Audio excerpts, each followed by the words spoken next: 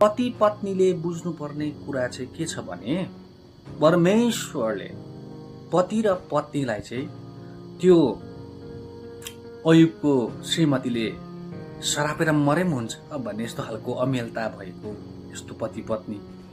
अनि मिखाएल जसले चाहिँ दाउद राजा नाच्दै हुँदाखेरि लुगा खस्दाखेरि छ्या यो दाउद राजा त भनेर घृणा गर्ने जस्तो यस्तो पति पत्नी है, नमिल्ने पति पत्नी उहाँले चाहनु हुँदैन क्या यस्तो भएको। तर हामी विश्वासी हामी पति पत्नीलाई चाहिँ परमेश्वरले अब्राहम र सारा जस्तो, अनि इजाक र रेबेका जस्तो, अनि को जस्तो भन्नुहोस् त, को जस्तो हन्ना र एल्केना जस्तो भएको क्या उहाँले चाहनुहुन्छ।